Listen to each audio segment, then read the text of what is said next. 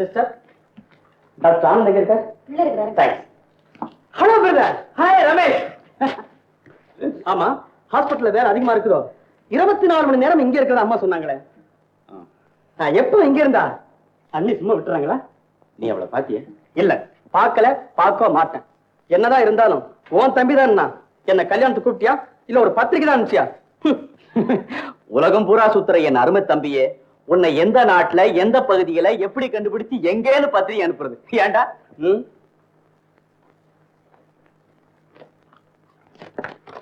இதப்பா தைரியம்.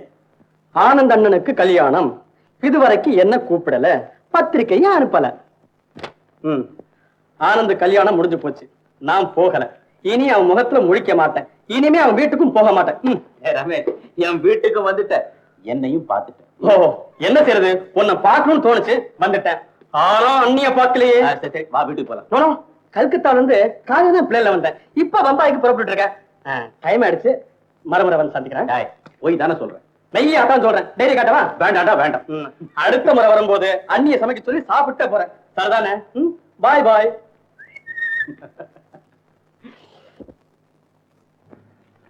சார், படம் சார். படமா? நம்ம அம்மா வரைஞ்சது. அம்மாவா? சின்னம்மா, சந்தியா அம்மா வரைஞ்சது. என்ன ஜோரா இருக்கு பாருங்க. கோயிலுக்கு பக்கத்துல மண்டபம், மண்டபத்துக்கு பக்கத்துல ஆலமரம். இங்க பாருங்க சார், பெரிய கடல்ல சின்ன படகு. பொண்டாட்டியோட சண்டை போட்டுக்கிட்டு பிரிஞ்சு வர புருஷன் மாதிரி தனியா போகுது. பாவம். 3 மரம், குடிசை, கேட்டு. இங்க பாருங்க ஆறு, தண்ணி போகுது பாருங்க ஆத்துல.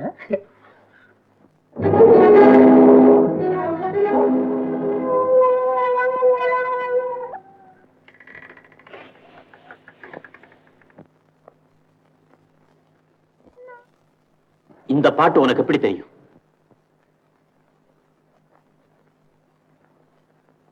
எனக்கு ரொம்ப நாளா தெரியும். சந்தியா, இந்த பாட்டு உனக்கு எப்படி தெரியும்னு கேட்டேன். ஞாபகம் இல்ல. எவ்வளவு நாளா இதை பாடிக்கிட்டு இருக்கு? இது இந்த பாட்டு உனக்கு ரொம்ப பிடிச்சிருக்கு, அப்படித்தானே? பாட்டும் தெரியும், பாடமும் பிடிக்கும். ஆனா எப்போ எங்க எப்படி தெரிஞ்சுக்கிட்டோம் தான் உனக்கு தெரியல. சின்ன வயசுல இருந்தே தெரியும்னு நினைக்கிறேன். அப்ப இருந்து இதே பாடுறேன். ஓ, அதனாலதான் நினைச்ச இடத்தெல்லாம் பாடிக்கிட்டு அலையறியா? நினைச்ச இடத்துலயா? நானா? இந்த பங்களா உனக்கு தெரியுமா?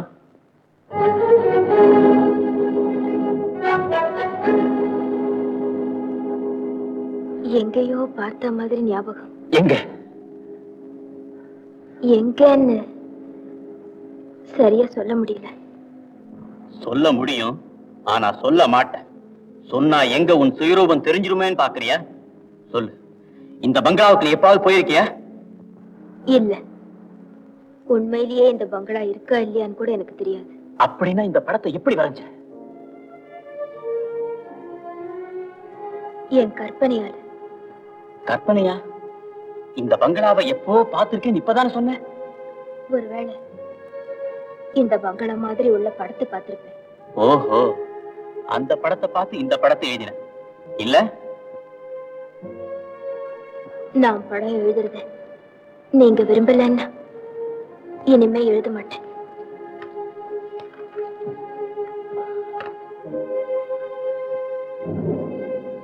அந்த விரல்ல என்ன? ஒண்ணுமில்ல. ஒண்ணுமில்லையா?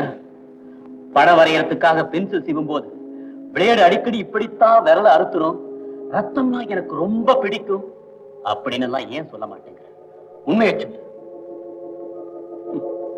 மௌனம் சாதிச்சே மறைஞ்சு வாழ பாக்குறேன். இனிமே அது நடக்காது. சந்தியா, விதவிதமான வர்ணங்களை பூசி அழகான ஓவியத்தை உருவாக்குற மாதிரி பயங்கரமான உன் சுயரூபத்தை அமைதியான பார்வையாலும் அழகான வார்த்தைகளாலும் மூடி மறைச்சு எங்களை எல்லாம் ஏமாத்த பார்க்கிறேன். இது ஒரு கற்பனையால எழுதின சித்திரமா? இல்ல, நிச்சயமா இல்ல. இது பேய்களின் பிரதிபிம்பம், பிசாசுகளின் ஞாபக சின்னம்.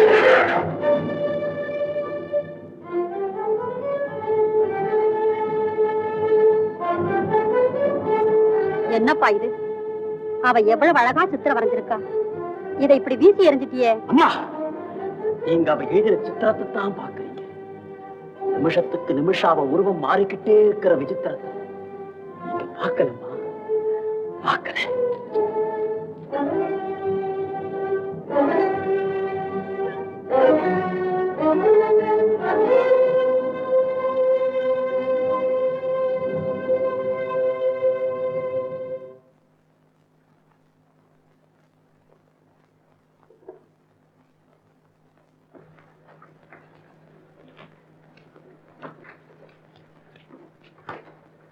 இங்க ஏன் வந்து?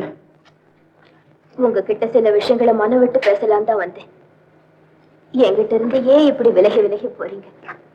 எதுக்காக என்ன வெறுக்கிறீங்க? எதுக்காக? பூமிக்கு மேல ஆகாயம் இருக்க, அது எதுக்காக? நெருப்புல உஷ்ணம், மலர்ல மென்மை இருக்குது, அது எதுக்காக? இன்னமும் சொல்ல போனா நாம செஞ்சுக்கிட்டமே கல்யாணம், அத கூட எதுக்காகன்னு கேட்கலாம். நம் கல்யாணம் அது ஏன் விதியத்தான் கேட்க. உன்னுடைய விதி இல்ல சந்தியா, எல்லாமே என்னுடைய தலைவிதி. யாருக்குமே கிடைக்க முடியாத இன்ப பொக்கிஷம் எனக்கு கிடைச்சிட்டதாக கருதி கடைசியில துன்பத்தை விலை கொடுத்து வாங்கிட்டேன். அது என் தலைவிதிங்கிறத தவிர வேற என்னவா இருக்க முடியும்? தண்டை ஒலியும் கைவளையும் வரவேற்பு தர மெல்ல நடை நடந்து புது மணப்பெண்ணாக நான் இந்த வீட்டுக்கு வரும்போது 1000 இன்ப கனவுகளை கண்டு வந்தேன். ஆனா குடத்து பால் கவந்தா போல என் கனவுகள் எல்லாம் சிதறி போச்சு. உங்க வெறுப்புக்கு ஆளாயிட்டேன். உங்க இதயத்துல குத்தும் உறவு முள்ளாயிட்டேன். முள்ள புறையோடி போன புண்ணுன்னு சொல்லு. உங்க தகுதிக்கும் அந்தஸ்துக்கும் நான் ஏத்தவள இல்லாது இருக்கலாம். ஆனா உங்க வெறுப்புக்கு ஆளாகும்படி நீங்க மன்னிக்க முடியாத அளவுக்கு அப்படி நான் என்ன தவறு செஞ்சுட்டேன்? தவறு நீ செய்யவே, நான் தான் தவறு செஞ்சுட்டேன். எங்க திரும்பினாலும் உன் உருவத்தை பார்த்ததும் திரும்ப திரும்ப உன் கள்ளப்பட்டதும் என் தவறு தானே. விரக்தி அடைஞ்ச என் வாழ்க்கை மறுபடியும் சீர்படணுங்கிற மத்தவங்க பிடிவாதத்தான விரும்பியோ விரும்பாமலோ நான் இந்த கல்யாணத்தை செஞ்சுக்கிட்டேன். இந்த உலகத்துல எனக்கு எங்க தேடியும் அழகு கிடைக்கவே இல்லை. சுடுகாட்டு பகுதியில பிரேதங்களை உலகத்துலதான் எனக்கு அழகு கிடைச்சிருக்கு. அழகு ரொம்ப ஆபத்தானது, ஆட்டி வைக்க சக்தி படைச்சதுன்னு சொல்லுவாங்க. அதை நான் அனுபவிக்கிறேன், நல்லா அனுபவிக்கிறேன்.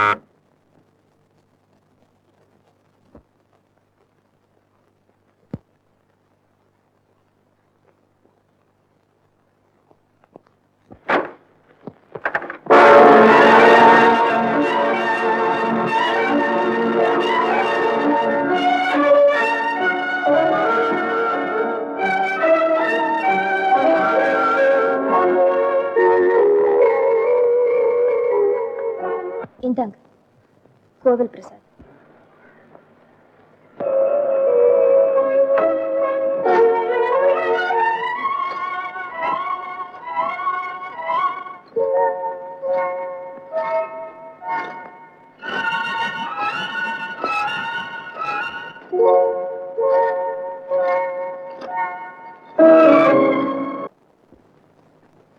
அம்மா அம்மா அவர் வந்தாச்சு. யாரு? பெரிய சுவாமிஜி. சுவாமிஜியா? ஆமா, கடவுளுக்கு அடுத்தபடி அவர்தான். அவர் கால் பட்டா பேய் பிசாசு நிக்காது, பஞ்சாப் பறந்துடும். நம்ம சந்தியா அம்மாவை கூட்டிட்டு வந்து அவர்கிட்ட காமிச்சா ஏதாவது வழி சொல்றாருமா? யோசிக்காதீங்கம்மா, அப்புறம் ரொம்ப சிரமப்பட்டா கூட்டா இருக்க. வாங்கம்மா, போயிடுவாரு. வாங்கம்மா வாங்க. ஆஹா, என்ன தேஜஸ், முகத்துல என்ன அருள். சுவாமிஜி கண்ணை மூடிக்கிட்டு இருந்தாலும் அவருக்கு 3 உலகம் தெரியுமே. சாமியே சரணம். ஓ, நீயா? ஆமா சுவாமி. ஜெய் சங்கர். இனி நாம் இங்க இருக்க முடியாது, போகிறோம்.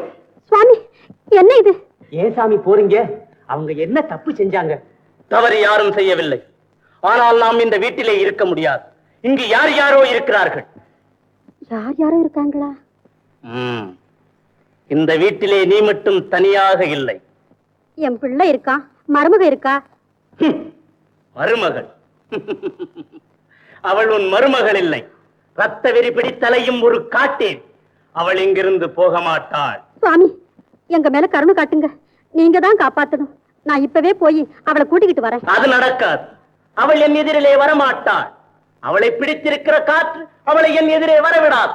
வேண்டும் என்றால் போய் அழைத்துப்பார். அவள் என் எதிரிலே வரவே மாட்டாள். சந்தியா, என்னம்மா செய்துகிட்டு இருக்க? ஒண்ணும் இல்லம்மா, சும்மாதான் உட்கார்ந்துருந்தேன். உட்காருங்க. ஏம்மா கீழே வந்து உட்காரக்கூடாது? இங்க தனியா இருக்கிறது கஷ்டமா இல்ல? என் வாழ்க்கை முழுவதும் தனிமையிலேயே இருக்கணுங்கிறது தான் என் தலைவிதி போல் இருக்கு. நான் என்ன செய்யறது? தப்புமா, அப்படியெல்லாம் நினைக்காதே. வயசு வந்த பொண்ணுங்க தனியாகவே இருக்கக்கூடாது. ஆவி காத்து இதெல்லாம் யார் கண்ணுக்கும் தெரியாது. எந்த சமயத்துல என்ன செய்யுமோ யார் கண்டது? தாலி கட்டிய புருஷன் காத்தே என் மேல வீசலன்னா மத்த காத்து கருப்பெல்லாம் என்ன என்னமா செய்ய முடியும்? இந்த ஆவிகளை பத்தி எல்லாம் நமக்கு என்னமா தெரியும்? பெரிய ஞானிகளும் மகான்களும் தான் இதை புரிஞ்சுக்க முடியும். நம்ம விஷயங்கள் நமக்கே புரியாத போது மத்தவங்களுக்கு எப்படியம்மா புரிய போகுது? அபச்சாரம். பெரியவங்களை பழிக்க கூடாதம்மா. அவங்க முக்காலமும் தெரிஞ்சவங்க. ஆவி காத்து இதெல்லாம் அவங்க கைப்பட்டாலே பறந்துடும். கீழே ஒரு பெரிய சுவாமிஜி வந்திருக்காரு. நீ வாம்மா. அம்மா, நீங்க நினைக்கிற மாதிரி எனக்கு ஒண்ணும் இல்லம்மா. கீழே வந்து நான் என்ன செய்ய போறேன்? நீ ஒண்ணும் செய்ய வேண்டாம், சும்மா உட்கார்ந்திருந்தா போதும். மன்னிச்சிருங்கம்மா, எனக்கு வர இஷ்டம் இல்லை. உனக்கு வர இஷ்டம் இருக்காதுன்னு எனக்கு தெரியும். இத சுவாமிஜி முதல்லயே சொல்லிட்டாரு. என்ன நம்புங்கம்மா, எனக்கு ஒண்ணுமே இல்லை. நான் நல்லா தான் இருக்கேன். பின்ன ஏன் சுவாமிஜி எதிரில வரமாட்டேங்கிற? வா போகலாம். அம்மா, என் தலைவிதியால நான் படுற வேதனையும் அவமானமும் போதாத, இன்னும் ஒரு சுவாமிஜி முன்னால நிறுத்தி என்ன ஒரு கேலி பொருள் ஆக்கணுங்கிறதா உங்க ஆசையா? நான் யாருக்கு சொந்தமோ அவரே என்னை ஏறெடுத்தும் பார்க்காம இருக்கிறார். எனக்கு என் மேலேயே வெறுப்பா இருக்கு. என்னுடைய இன்ப துன்பங்கள் எதுவா இருந்தாலும் இந்த 4 சுவர்களுக்குள்ளேயே இருக்கட்டும்.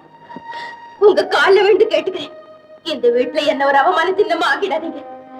நான் இந்த வீட்டு மருமகன், உங்க குடும்ப கௌரவத்தின் சின்னம். இதை தவிர வேற எந்த ரூபமும் எனக்கு கிடையாதும்மா. என்ன நம்புங்கம்மா, என்ன நம்புங்க. அம்மா, அம்மா.